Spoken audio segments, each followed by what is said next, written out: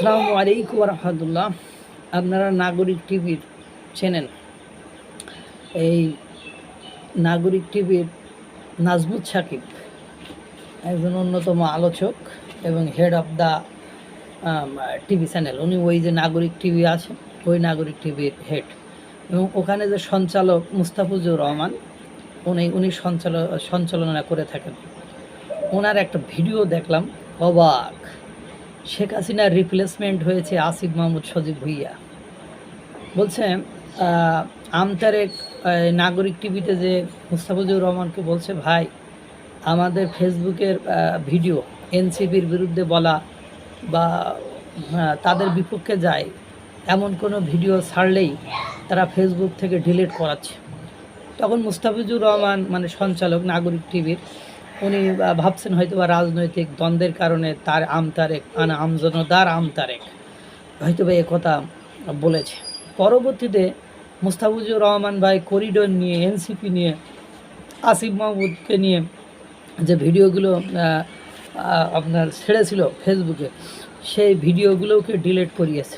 পরে মুস্তাফিজুর রহমান সাহেব ইনভেস্টিগেশন করে, গবেষণা করে দেখলেন যে সত্যি সত্যি আসিফ মাহমুদ সজীব ভুইয়া এই মানে কাজটি করেছে।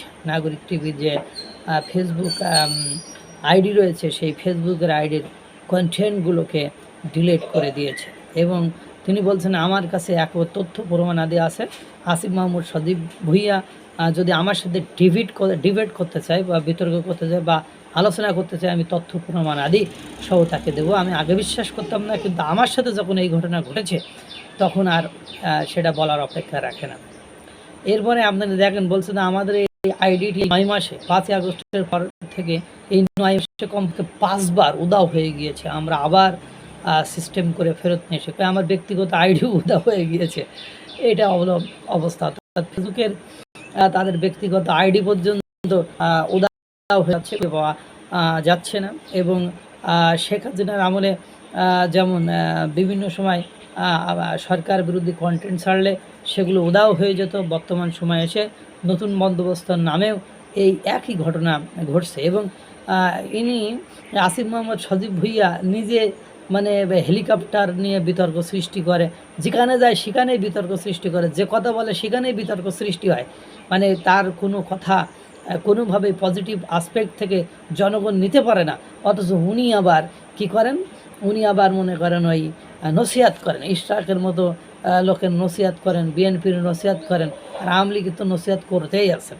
এরপরে আপনারা জানেন এই আসিফ মাহমুদ সজীব ভুইয়া বা সচিবালয়ে আগুন লাগা নিয়ে কত লাফালাফি দাপাদাপি, ইনফরমেশন সব আছে আমাদের ইনফরমেশন পুড়িয়ে দেওয়ার জন্য, ইত্যাদি ইত্যাদি ইত্যাদি। সেই আসিফ মাহমুদ সজীব ভুইয়া এবং আপনার তখনকার তথ্য উপদেষ্টা নাহিদ ইসলামের বা ডিপার্টমেন্টেই কিন্তু আগুন লেগেছিল। এখন এই দুই মন্ত্রণালয়ের লোকেরা কোথায় বসে জানেন? এরা বসে হলো নগর ভবনে, যেটা ইশরাক হোসেন দখল করে নিত। অর্থাৎ ইশরাক হোসেন মেয়র হলে এদের এই যে কর্মকাণ্ড বা এরা যে রাজার হালে আছে বা রাজত্ব করছে, বা যে ওই এর আগে আপনি জানেন আসিফ মাহমুদ সজীব ভুইয়ার পিএসের বিরুদ্ধে বা নিয়োগ বাণিজ্য, এই যে মেয়র বা সিটি কর্পোরেশনের নিয়োগ বাণিজ্য, এইসবগুলো কথাবার্তা উঠেছে, আপনারা এগুলো জানেন।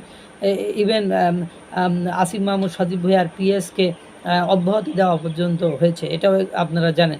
এই আসিফ মাহমুদ সজীব ভুইয়া দেখলো যদি মেয়র ইশরাক মানে নগর ভবনে এসে বসে পড়ে, তাহলে আমার আর মাহফুজ আলমের দিন তো শেষ, খাওয়া তো শেষ।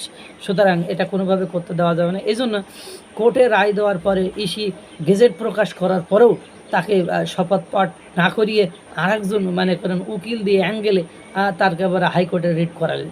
সেই রিটের 9 দিন পর্যন্ত তারা আন্দোলন করে অবশেষে সেই রিট খারিজ হলো এবং ইশরাককে 26 তারিখের মধ্যে শপথ বাক্য পাঠ করানোর কথা বলা হলো। এর মধ্যে কি হলো? লাভের লাভ। এখন আসিফ মাহমুদ সজীব ভুইয়া এবং মাহফুজ আলম নিরপেক্ষতা হারিয়ে তার পদত্যাগ তারা দাবি করছে। আসিফ মাহমুদ সজীব ভুইয়া নতুন বন্দোবস্ত করার নাম করে সেই আগের বন্দোবস্তই তো সব রাখছো, সেই থ্রেট, সেই হুমকি, সেই ফেসবুক গায়েব, এগুলো তো সব আগের মতোই চলছে। সুতরাং লাভের লাভ কী হলো? লাভের লাভ লবডাঙ্গা। এখন দুর্ভিক্ষের জন্য সবাইকে স্বাগতম। দেখবেন দুর্ভিক্ষ নালে গৃহযুদ্ধ, এটাই আমাদের ভবিষ্যৎ মানে হবে। আল্লাহ তাআলা সকলকে ভালো রাখুক, সুস্থ রাখুক। আসসালামু আলাইকুম ওয়া রাহমাতুল্লাহ।